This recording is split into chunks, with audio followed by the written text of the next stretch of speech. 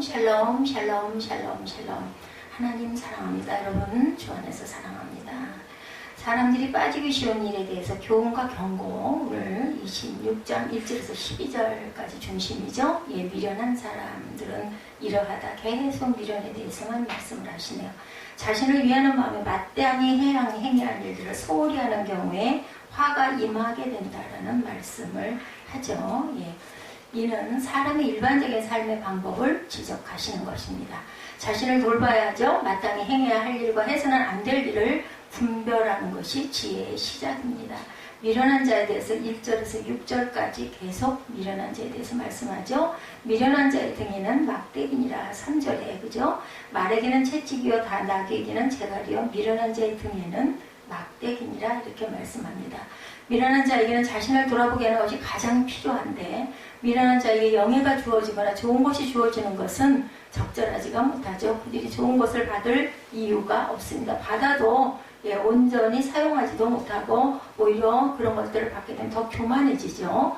오히려 미련한 자들에게 미련함을 제어할 수 있는 막대기 때려주라는 거죠. 미련함을 제어하지 못하면 그들은 더 큰 어려움에 빠지고 망쳐지니까 작은 것을 잃고서 큰 것을 얻는다면 주저없이 행하게 되는데 미련함을 제어하기 위한 막대기는 처음에는 아프지만 그로 인해서 얻는 것이 많기 때문에 그에게는 아주 뭐라 그래야 되나요? 사랑의 매죠. 매 맞을 자에서 누가 보면 12장 47, 8절에 증거합니다. 주인의 뜻을 알고도 준비하지 아니하고 그 뜻대로 행하지 아니한 종은 많이 맞을 것이요. 알지 못하고 맞을 일을 행한 종은 적게 맞으리라. 물은 많이 맞는 자에게는 많이 요구할 것이요. 많이 맡은 자에게는 많이 달라 할 것이니라. 이렇게 말씀합니다. 악인은 매 맞는다고 그러네요. 신명기 25장 3절에 40까지는 때리려니와 그것을 넘기지는 못할지니 만일 그것을 넘겨 매를 치게 때리면 내가 네 형제를 경히 여기는 것이 될까 하노라. 죽는다고 그러죠. 40대까지 때리면 그래서 39대를 항상 때렸다고 합니다. 오히려 40대를 때리면 그걸로 인해서 또 죄를 받는다고 그러죠. 미련한 자와 잠언에 대해서 4절하고 5절에 말씀하죠. 예, 미련한 자에게 지혜를 가르쳐 주어도 그것을 제대로 사용하지 못합니다. 미련한 자의 어리석은 것을 따라 대답하지 말라. 두렵건대 너도 그와 같을까 하노라. 5절에 미련한 자에게는 그의 어리석음을 따라 대답하라. 두렵건대 그가 스스로 지혜롭게 여길까 하노라 말씀합니다.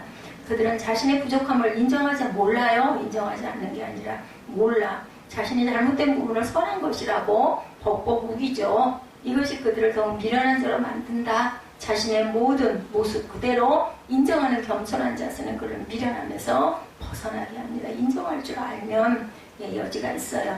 부정직함, 불의로 치부하는 자는 지고새가 낫지 아니한 알을 품는 것과 같아서 그의 중년에 그것이 떠나가고 마침내 어리석은 자가 되리라 라고 말씀합니다. 위선적인 것에 대해서 누가복음 11장 39절에서 40절에 말씀하죠. 주께서 이르시되 너희 바리새인은 지금 찬과 대접의 겉은 깨끗이 하나 너희 속에는 탐욕과 악덕이 가득하도다. 어리석은 자들아 겉을 만드시니가 속도 만들지 아니하셨느냐. 미련한 자의 어리석음에 대해서 5절입니다. 미련한 자들은 자신의 미련함과 어리석음에서 벗어나야 하는데도 불구하고 계속해서 미련함에 머물고 있습니다. 계속해서 미련한 일들을 행하죠. 그리고 그들은 자신의 미련함은 생각지도 않은 채 자신이 지혜롭다고 여깁니다. 이것이 미련한 자들의 특징이죠. 자신이 부족하다는 것을 인식하면 거기서 벗어날 수가 있어요. 그죠? 근데 자신이 지혜롭다고 여김으로 그 자리에 계속 머물게 되죠. 미련함에 더한 어리석음은 그를 멸망에 이르게 합니다. 미련함에서 또 한 발 더 나가서 어리석죠. 스스로 지혜 있다고 믿어요. 로마서 1장 22절이죠. 스스로 지혜 있다나 어리석게 돼요. 영적인 무지에 대해서 고린도전서 1장 18절에 증거합니다. 십자가의 도가 멸망하는 자들에게는 미련한 것이요 구원을 받는 우리에게는 하나님의 능력이라.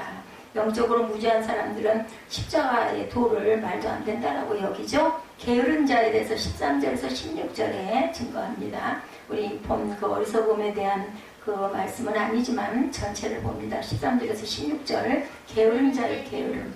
우리 13절에서 16절 우리 한번 볼까요? 게으른 자는 길에 사자가 있다 거리에 사자가 있다 하느니라. 문짝의 걸조기를 따라서 도는 것 같이 게으른 자는 침상에서 도느니라. 게으른 자는 그 손을 그릇에 넣고도 입으로 올리기를 괴로워하느니라. 게으른 자는 사리에 맞게 대답하는 사람 일곱보다 자기를 지혜롭게 여기느니라. 길로 지나가다가 자기와 상관없는 다툼을 간섭하는 자는 개의 귀를 잡는 자와 같으니라. 횃불을 던지며 화살을 쏘아서 사람을 죽이는 미친 사람이 있나니 자기의 이웃을 속이고 말하기를 내가 희롱하였느라 하는 자도 그러하니라. 우선 것까지 보죠. 게으른 마음이 있는 한 그는 계속 게으른 자의 무리에 머물죠. 구조적으로 느린 게 아니라 자신의 생활에서 일신의 아니란 말을 추구하는 그러한 게으름이 문제입니다. 결국 게으른 자의 게으름은 자신을 위하는 것이 아니라 자신을 망하게 한다. 이거 고쳐야 돼요. 근데 그게 참 어렵죠.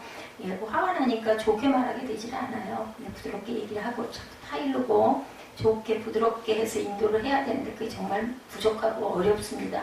모든 것을 빼앗깁니다. 마태복음 25장 26절에서 30절에 그 주인이 대답하여 이르되 악하고 게으른 종아 나는 심지 않은 데서 거두고 해치지 않은 데서 모으는 줄을 내가 알았느냐. 그러면 내가 마땅히 내 돈을 취리하는 자들에게 맡겼다가 내가 돌아와서 내 원금과 이자를 받게 하였을 것이니라 하고 그에 대해서 그 한 달란트를 빼앗아 10달란트 가진 자에게 주라. 무릇 있는 자는 받아 풍족하게 되고 없는 자는 그 있는 것까지 빼앗기리라. 이 무익한 종을 바꿔도 어두운 데를 내쫓으라. 거기서 슬피 울며 이를 갈리라 하니라. 쫓겨납니다. 결국은 핑계가 많아요. 잠언 22장 13절에 보면 게으른 자는 말하기를 사자가 밖에 있은즉 내가 나가면 거리에서 찢기겠다. 나 죽으니까 못 나가. 이런다라는 거죠. 게을러서 내다볼 생각도 안 하죠. 자기 일도 감당하지 않습니다. 아까 우리 읽었죠. 15, 16절. 예, 게으른 자의 게으름은 자신의 일을 감당하지 않는 모습에서 찾아볼 수가 있습니다. 힘들지 않는 일에도 게으른 자는 무기력한 모습을 보입니다. 감당할 능력이 없는 게 아니라 감당하려는 마음이 없죠. 이런 게으름은 자신을 이롭게 하지 못하고 오히려 자신을 해하게 된다. 자신의 삶을 좀먹는 것을 방치하는 거죠. 자신을 위해서 편하고 좋은 일을 추구하는 것이 결국 자신을 죽이는 일인 줄 알면서도 게으름으로 눈이 먼 사람은 그 길을 또 갑니다. 가고 또 가죠. 안 하겠다고 후회하고도 또 합니다. 이 사실에서 벗어나는 것이 바로 지혜다. 자기 집에 보수도 싫어합니다. 전도서 10장 18절입니다. 게으른 즉 석가래가 내려앉고 손을 놓은 즉 집이 새느니라. 손으로 받치고 있었나 보죠. 먹지도 말라. 사루 데살로니가 후서 3장 10절에서 12절이죠. 우리가 너희와 함께 있을 때에도 너희에게 명하기를 누구든지 일하기 싫어하거든 먹지도 말라 하였더니 우리가 들은즉 너희 가운데 게으르게 행하여 도무지 일하지 아니하고 일을 만들기만 하는 자들이 있다 하니 이런 자들에게서 우리가 명하고 주 예수 그리스도 안에서 권하기를 조용히 일어나 자기 양식을 먹으라 하노라 말씀합니다. 자기를 지혜롭게 여기는 자에 대해서 12절에 말씀하죠. 내가 스스로 지혜롭게 여기는 자를 보느냐 그보다 미련한 자에게 오히려 희망이 있다. 이렇게 지혜롭게 여기는 자는 어쩔 수가 없어요. 게으른 자는 자기에게 좋은 말로 충고하는 사람의 말을 듣지 않고 자신의 게으른 마음에 모든 것을 맡깁니다. 충고를 수용하지 못하는 것이 게으른 자의 특성이다. 지혜의 자원이 있어도 따르지 않으면 아무런 효과가 없죠. 자신을 지혜로운 사람으로 여기는 어리석음이 그를 더욱 게으름에 빠지게 합니다. 16절에 증거합니다. 게으른 자는 사리에 맞게 대답하는 사람 일곱보다 자기를 지혜롭게 여기느니라. 그러므로 게으른 자는 임박한 멸망을 보고도 피하지 않는 어리석음. 결국 멸망해서 죽겠죠. 사망하겠죠. 이렇듯 교만은 멸망의 선봉이 된다. 열심을 품으라고 말합니다. 로마서 12장 11절에 부지런하여 게으르지 말고 열심을 품고 주를 섬기라. 세월을 아끼라 그러시죠. 세월을 아끼라 때가 악하니라. 다른 생각을 품고 있는 자 화를 당한다. 17절이죠. 길로 지나가다가 자기와 상관없는 다툼을 간섭하는 자는 개의 비를 잡는 자와 같으니라. 말을 많이 하는 사람이라 거짓을 말하는 사람들은 이웃에 있는 사람에게 화를 입힙니다. 그들이 하는 행실이 다툼을 일으키는 일이고 싸움을 일으키는 거죠. 주로 하는 일이. 그러므로 지혜로운 사람은 이러한 사람들을 가까이 하지 말고 주의하라. 그들이 원하는 것은 시비와 다툼이므로 절제하는 마음으로 이들의 미혹에 넘어가지 말자. 욕심이 죄의 근원이 된다는 사실을 명심하고 선한 일과 공의를 행하는 일에 최선을 다하자. 악한 행실에 대한 하나님의 평가는 진노와 재앙임을 우리가 꼭 기억해야 합니다. 거짓말로 모해하죠. 시편 35편 20절입니다. 무릇 그들은 화평을 말하지 아니하고 오히려 평안히 땅에 사는 자들을 거짓말로 모략하며 또 그들이 나를 향하여 입을 크게 벌리고 하하 우리가 목격하였다 하나이다. 왜 거짓말을 이렇게 아주 밥 먹듯이 아무렇지 않게 합니다. 미혹하는 자 로마서 16장 18절입니다. 이 같은 자들은 우리 주 그리스도를 섬기지 아니하고 다만 자기들의 배만 섬기나니 우리 배죠. 교활한 말과 아첨하는 말로 순진한 자들의 마음을 미혹하느니라. 감정 있는 자의 행실 26절에서 28절입니다. 속임으로 그 미움을 감출지라도 그의 악이 회중 앞에 드러나느니라. 함정을 파는 자는 그것에 빠질 것이요 돌을 굴리는 자는 도리어 그것에 치리리라. 거짓말하는 자는 자기가 해한 자를 미워하고 아첨하는 입은 패망을 일으키느니라. 네, 우리 19절 20절 안 읽었나요? 자기 이웃을 속이고 말하기를 내가 희롱하였느라 하는 자도 그러하니라. 나무가 닿으면 불이 꺼지고 말쟁이가 없어지면 다툼이 쉬느니라. 숯불 위에 숯을 더하는 것과 타는 불에 나무를 더하는 것까지 다툼을 좋아하는 자는 시비를 일으키느니라. 남의 말하기를 좋아하는 자의 말은 별식과 같아서 뱃속 깊은 데로 내려가느니라. 온유한 입술에 악한 마음은 낮은 은을 입힌 톡이니라. 원수는 입술로는 꾸미고 속으로는 속임을 품나니 그 말이 좋을지라도 믿지 말 것은 그 마음에 7가지 가증한 것이 있으니라.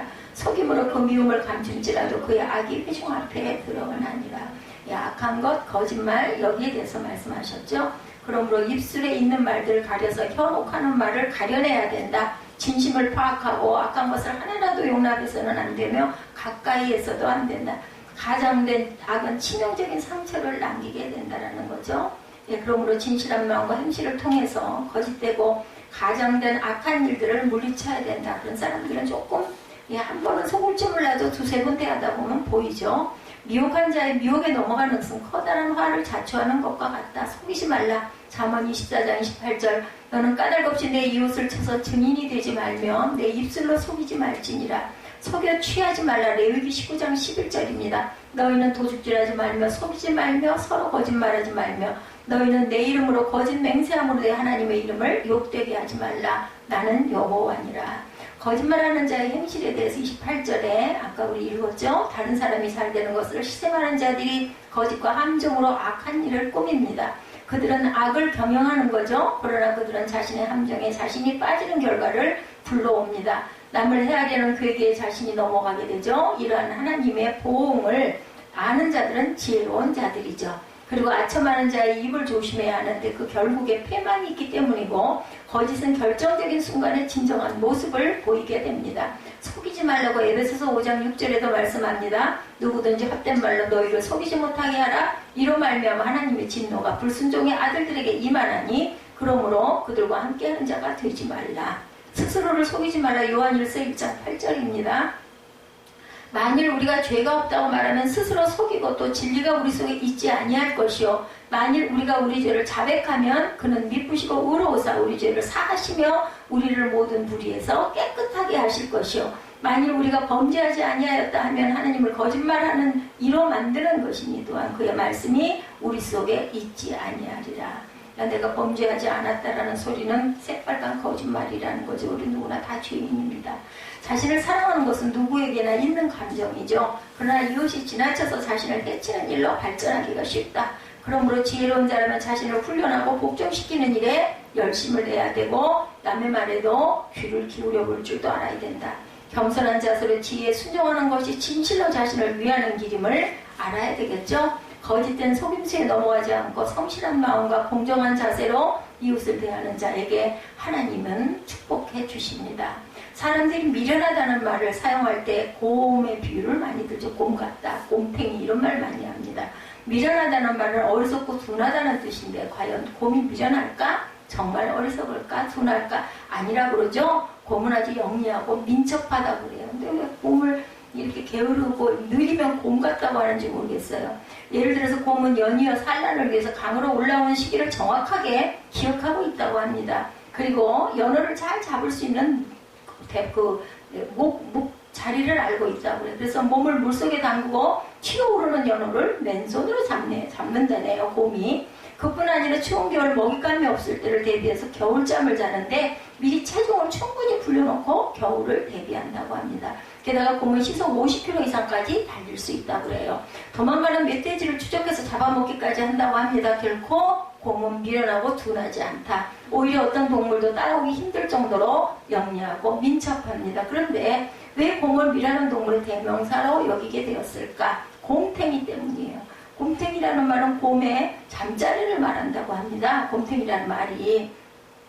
곰은 습성상 잠을 잘 때 풀을 말아서 방석이나 침대처럼 만들어 놓고 그 위에 웅크리고 잔다고 그래요. 자기 나름대로 안락하고 포근한 잠자리를 만들어 놓은 거죠. 바로 이 곰의 잠자리, 곰이 자기 나름대로 편안한 잠을 위해 머리를 써가며 만들어 놓은 이 곰의 잠자리를 곰탱이라고 부르는데, 문제는 이 곰탱이가 사냥꾼에게는 너무나 좋은 사냥꾼의 길잡이가 된다는 거죠. 곰은 영리하고 민첩하기 때문에 산채로 사냥한다는 건 쉽지 않은데, 꼭 이 곰탱이 와서 잠을 자니까 사냥꾼들은 어렵지 않게 곰을 잡을 수가 있다고 합니다. 그래서 사냥꾼의 눈에는 이 곰이 아무리 영리하고 미첩해도 곰탱이 때문에 미련하게 보일 수밖에 없다. 아니, 고기 가면 잡힐 거 뻔히 알면서도 고기 있으니까 잡는다는 거죠. 그래서 사냥꾼이 미련 곰탱이라는 말을 쓴다고 합니다. 이 말 때문에 공연히 곰은 미련한 동물로 여겨지게 됐어요. 인간이 아무리 영리하고 민첩해 보여도 하나님의 눈에 볼 때는 곰탱이로 보이겠죠. 곰이 나름대로 영리하고 민첩해도 사냥꾼의 눈에는 미련한 것과 같이 보이는 것과 같다. 사냥꾼의 눈에 곰탱이가 있어서 곰이 미련해 보이는 것처럼 하나님의 눈에는 우리 인간에게 곰탱이와 같은 미련한 구석이 있어서 미련해 보인다. 오늘 본문에 보면 하나님의 눈에 비친 인간의 미련함이 잠언 26장 오늘 본문 1절에서 12절까지 미련한 자라고 계속 11번이나 반복이 돼서 나옵니다. 2절만 빼고 매 절마다 미련한 자란 말이 반복이 되죠. 1절에서 12절 동안에 2절 빼고, 그만큼 하나님께서는 인간의 미련함을 안타깝게 여기시고 계시다는 말씀인데, 이것은 우리 하나님의 백성들에게 제발 이 미련함을 벗어버리라고 자꾸 그죠 우리에게 말씀하시는 거죠. 그러면 하나님께서 어떤 사람을 미련한 사람이라고 말씀하셨을까?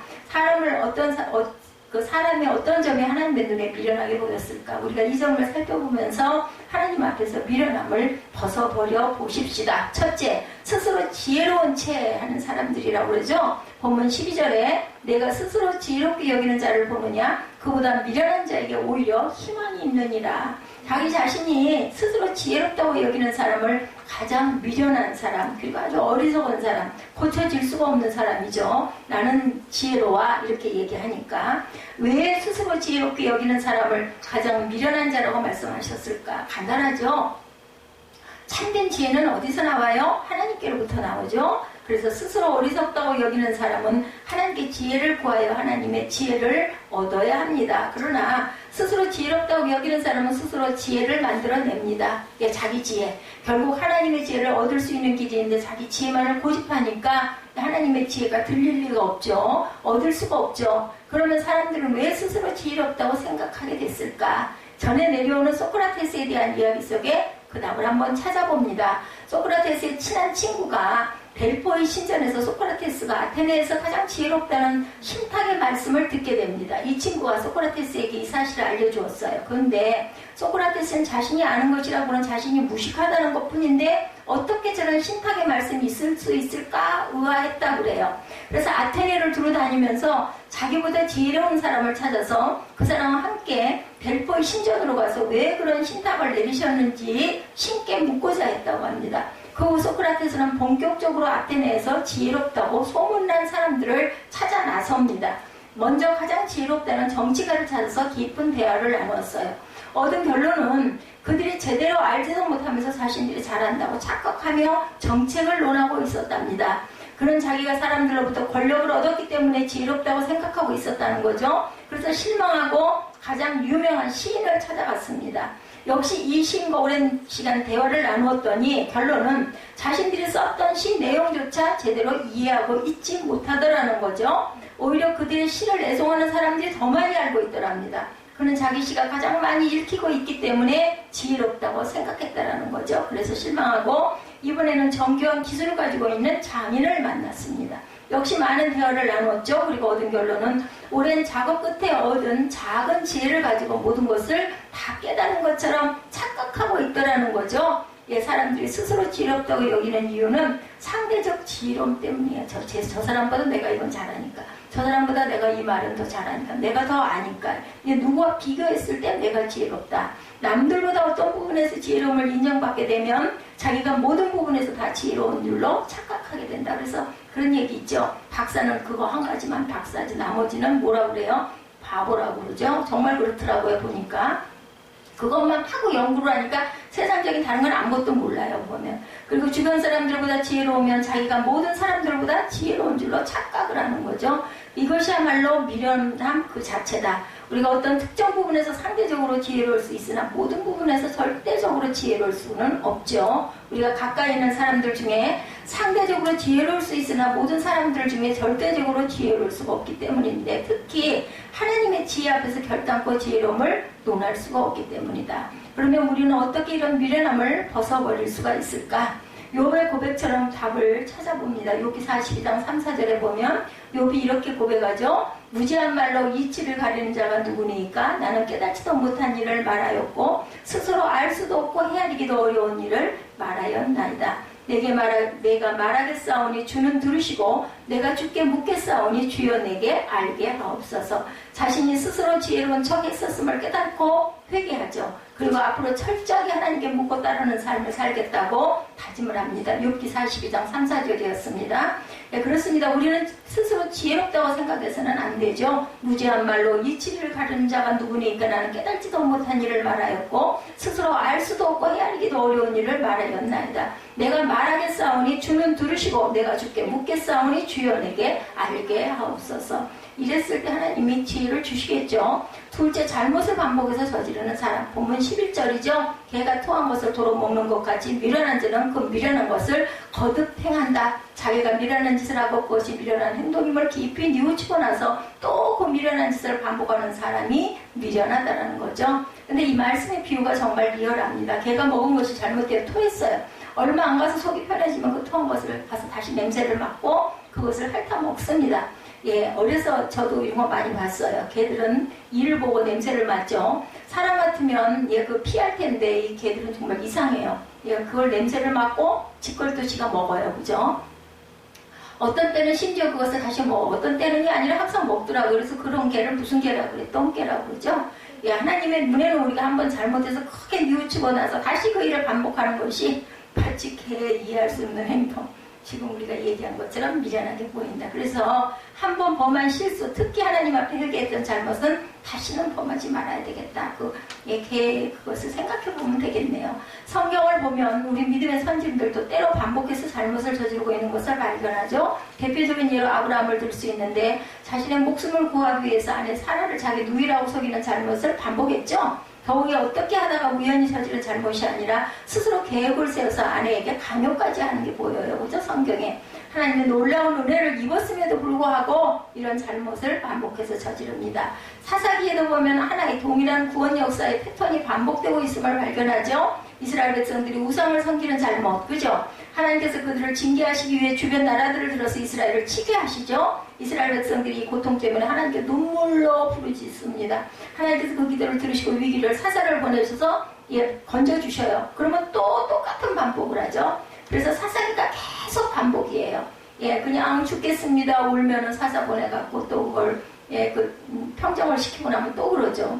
그래서 성경을 읽으면서 정말 왜 이렇게들 미련할까? 하나님께서는 얼마나 답답하셨을까? 근데 우린 더하죠. 따지고 보면 우리 안에도 이런 모습이 분명히 있다. 지금도 계속해서 반복하는 잘못이 각자에게 조금씩은 다르지만 있습니다. 하나님의 눈에 얼마나 미련하게 보일까? 그러면 어떻게 이런 반복되는 잘못에서부터 벗어날 수가 있을까? 이런 미련함을 어떻게 떨쳐버릴 수 있을까? 괴로워해야 합니다. 첫째, 그죠? 로마서 7장 19절에 내가 원하는 바 선은 행하지 아니하고 도리어 원하지 아니하는 바 악을 행하는도다. 오라 나는 공고한 사람이로다. 이 사망의 몸에서 누가 나를 건져낼까? 바울이 이렇게 고백하죠.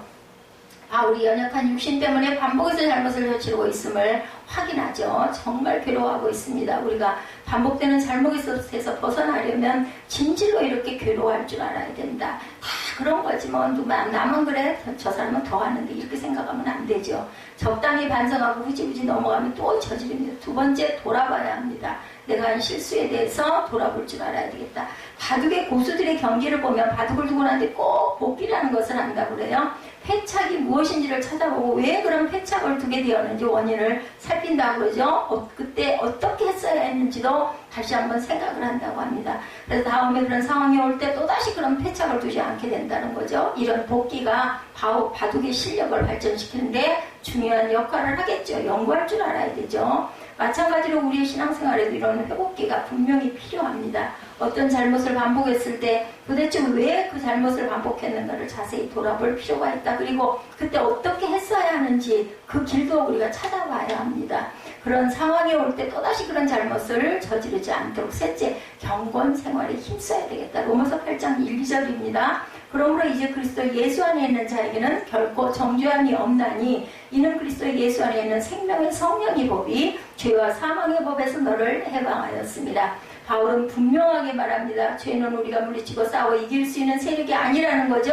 성령의 능력으로 해방돼야 된다. 성령을 의지해야 되겠죠. 성령의 능력이 우리를 이끌어 주실 때 반복된 잘못을 범하는 일을 고칠 수가 있다는 겁니다. 우리는 평소에 이래서 경건 생활을 해야 되고 성령의 능력을 덧입어야 합니다. 그리고 복을 잃어버리는 사람이 이런 것을 자꾸 반복하는 사람이죠. 1절을 보면 기록하고 있습니다. 미련한 자에게는 영예가 적당하지 아니하니 마치 여름에 눈 오는 곳과 추수 때 비 오는 곳과 같으니라. 미련한 사람들은 결코 영광을 누릴 수 없다라는 거죠. 비록 잠시 영광을 누리는 것 같다가도 결국은 영광을 잃어버리게 된다. 여기 한 가지 비유가 나오죠. 여름에 눈이 오고 추수 때 비가 온다라는 거예요. 이스라엘 땅에는 여름은 매우 덥기 때문에 눈이 오지 않죠. 그리고 추수는 우기가 지난 때문에 비가 오질 않습니다. 그런데 여름에 눈이 오고 추수 때 비가 온다는 것은 농사가 다 망쳐진다라는 거죠. 사람들의 삶 자체가 망가지는 것이 되죠. 한마디로 미련한 자에게는 복이 올 수 없다라는 말씀입니다. 그래서 2절에 보면